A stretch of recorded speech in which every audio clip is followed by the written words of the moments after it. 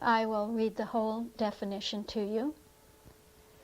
Church, the structure of truth and love, whatever rests upon and proceeds from divine principle. And she goes on, the church is that institution which affords proof of its utility. You hear a change, almost as though the altitude drops, or that there is some kind of a translation now from that first initial statement about the structure of truth and love, whatever rests upon and proceeds from the divine principle, which is a completely immaterial definition of church. Now she comes almost as though to a further level and says the church is that institution which affords proof of its utility and is found elevating the race, rousing the dormant understanding. You hear as though it's a coming down and then a lifting up, coming down and lifting up. Elevating the race, rousing the dormant understanding from material beliefs to the apprehension of spiritual ideas and the demonstration of divine science, thereby casting out devils or error and healing the sick. I wonder if you can hear in just these two aspects that we've taken, these two definitions on this page, that we have different levels somehow implied, that we have different dimensions of church. You know that any subject today that is studied and approached in a progressive way, in a scientific way, is studied dimensionally, is seen dimensionally, is approached dimensionally. That the approaching of a subject dimensionally is that which is counter to reductionism, to what is called reductionism. In other words, the attempt to reduce something to just one thing. There is nothing that can be reduced to just one view, one aspect. That is reductionism. It's when we say a thing is nothing but. Man is nothing but this and this and this. And so every field takes the question, what is man? And the medical profession says man is nothing but this and this and this. Blood and bones and physicality and so forth, and anatomy, etc. Psychology comes along and says man is nothing but a certain psychosis or a certain mental state.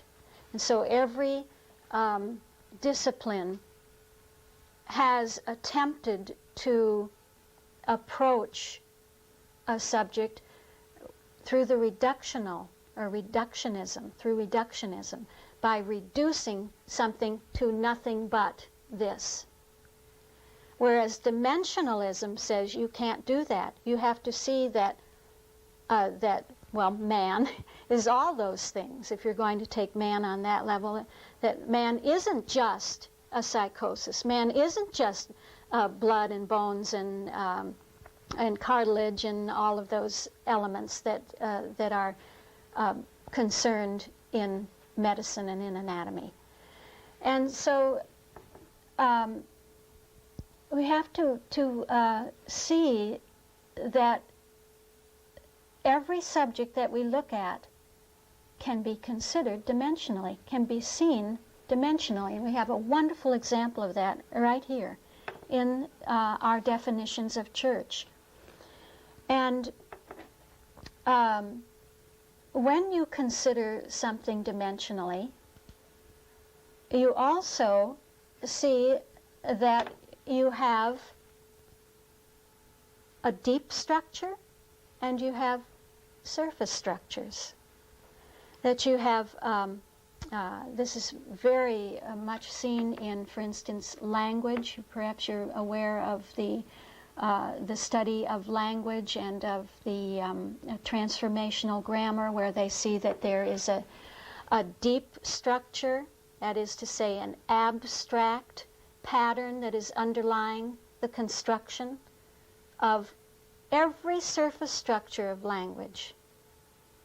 That the deep structure is that which governs the surface structure. And so a deep structure is defined as the abstract pattern which underlies the construction in the surface structure. A surface structure is defined as the formal structure as it actually occurs, as distinguished from the abstract underlying deep structure. So you see that what we have in our definitions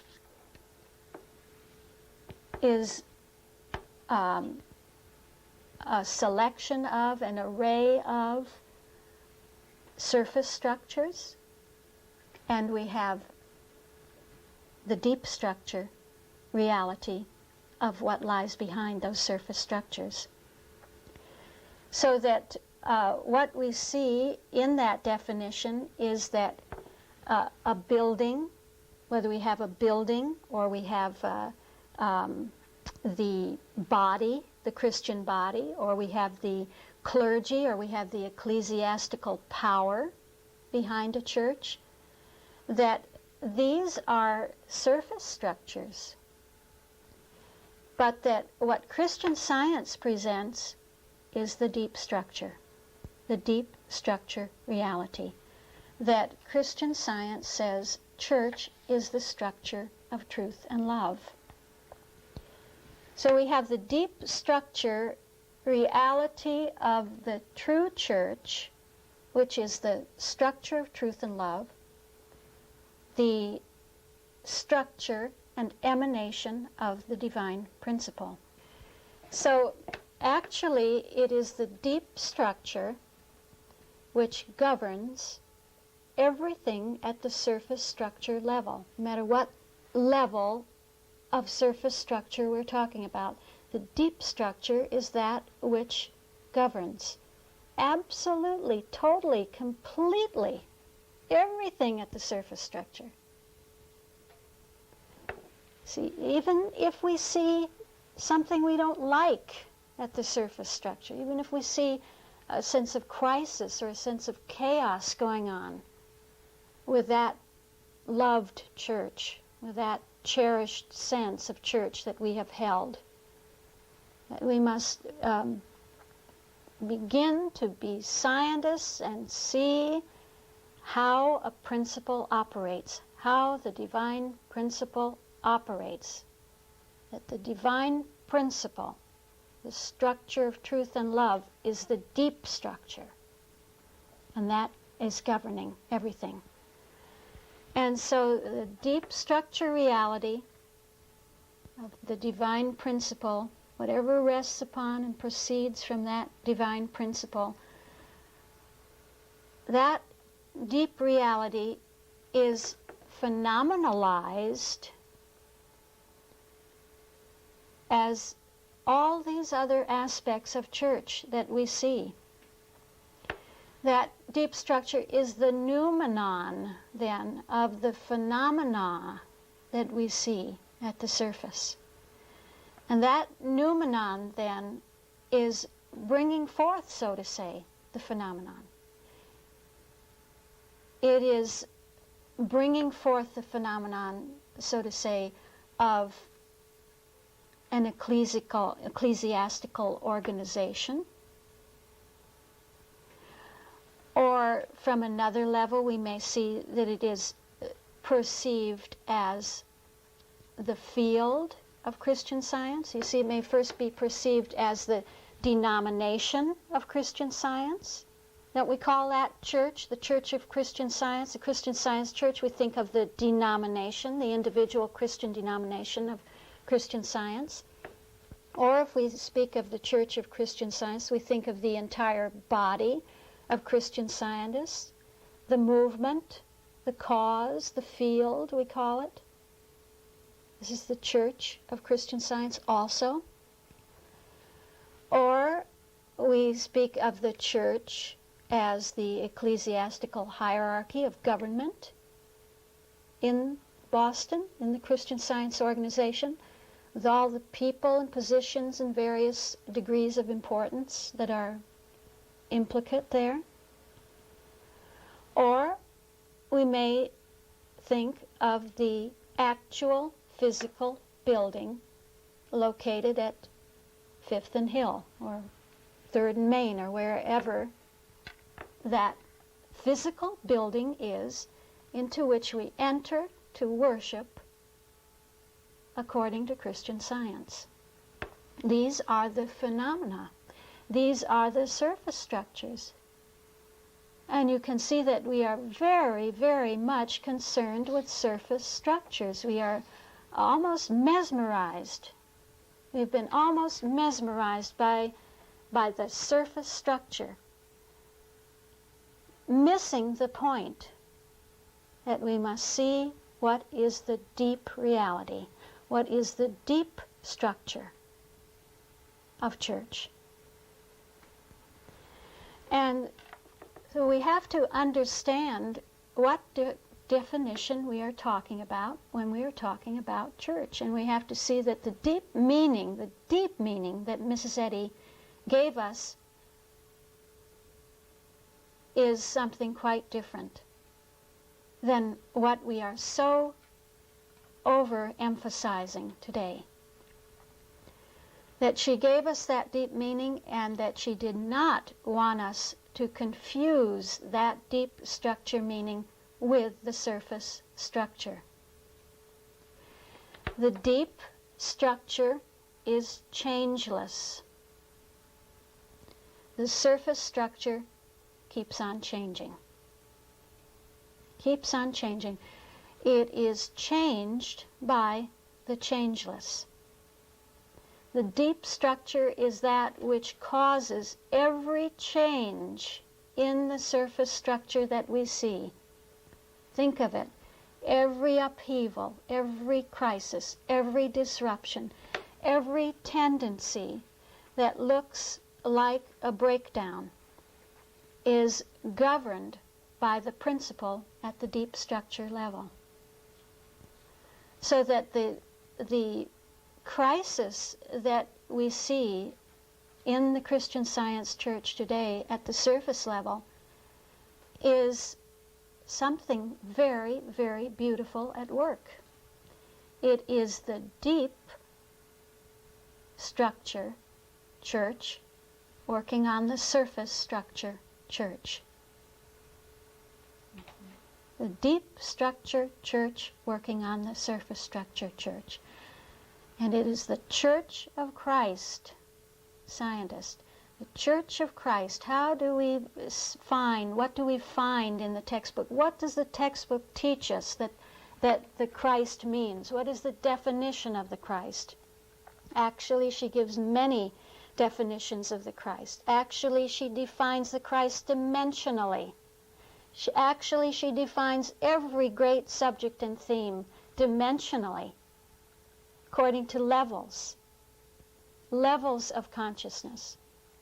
And so that great, great subject of the Christ is one that we can see from many, many different standpoints and angles and levels to get the fullness, the full meaning of what the Christ is. And we would need to do that to see what she means by the Church of Christ. And we know right off really the top of our heads what she says about the Christ, because she says it is the divine manifestation of God which comes to the flesh to destroy incarnate error. She shows really that the Christ is the saving aspect of the divine, that the Christ is that which comes to the human.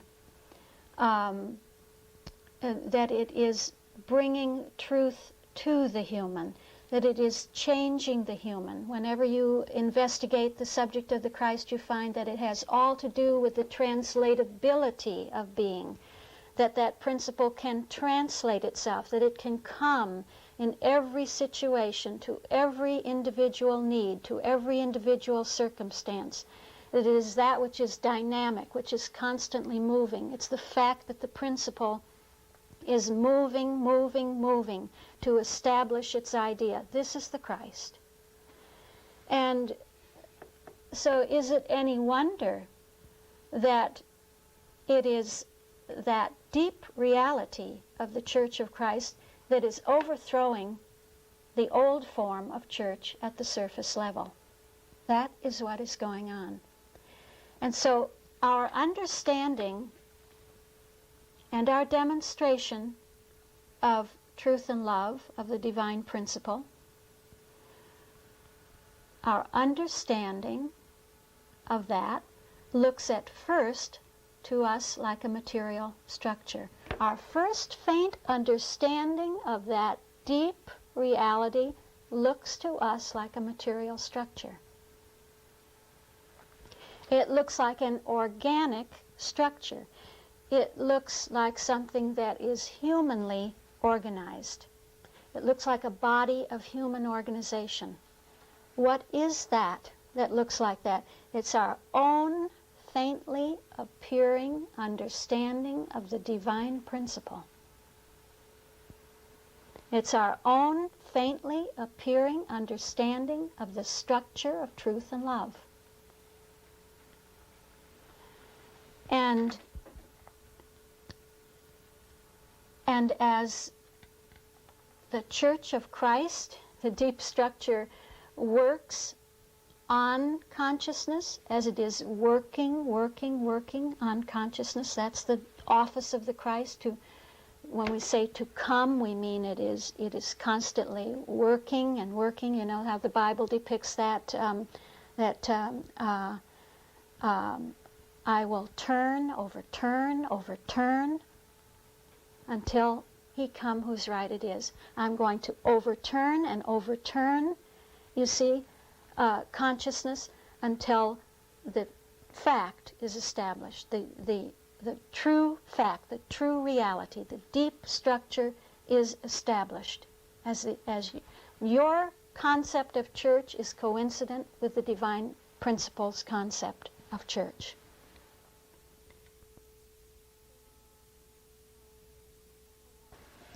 So we may see our beloved, cherished, present form of church undergoing a crisis. The church in Boston, the branch churches, the ecclesiastical government, the field, the movement of that church. And because we are Christian Scientists, we tend to say, this is wrong. This shouldn't be happening. I'm a Christian Scientist. We are Christian Scientists. We should have harmony. We should have harmony. We should have peace. We should have ever-present fulfillment. You see, that's usually what you hear the Christian Scientist say. Actually, you hear it every time a Christian Scientist has a problem. He says, this is not right. I should not have a problem. I should not have a problem. This shouldn't be happening. This isn't happening. That's the other one you hear. This isn't happening. It's a complete shutting out, a complete denial that anything is happening at all. because it is perceived as something that is bad, that is not good, that is bringing decay or destruction or overturning, and so we don't like that, and so we jump into our absolute level, our absolute standpoint, and we say, this isn't happening. This can't be happening. Or we say, all right, it is happening, and we have to fix it. We've got to fix it. We've got to clean this thing up and get it back to what it was before. Return it to what it used to be. Not realizing that it is the changeless fact of the true church, the principle of this church, the timeless and indestructible structure of the Church of Christian Science, which is the cause of the demise of the old form, which is bringing the demise of the old form, and which is working out the purposes of good only, which is urging on us not destruction, but a higher form, a more holy form, which is urging upon us the evolution of the idea of the true church in consciousness. This is what is actually going on. Do you like that? Mm-hmm.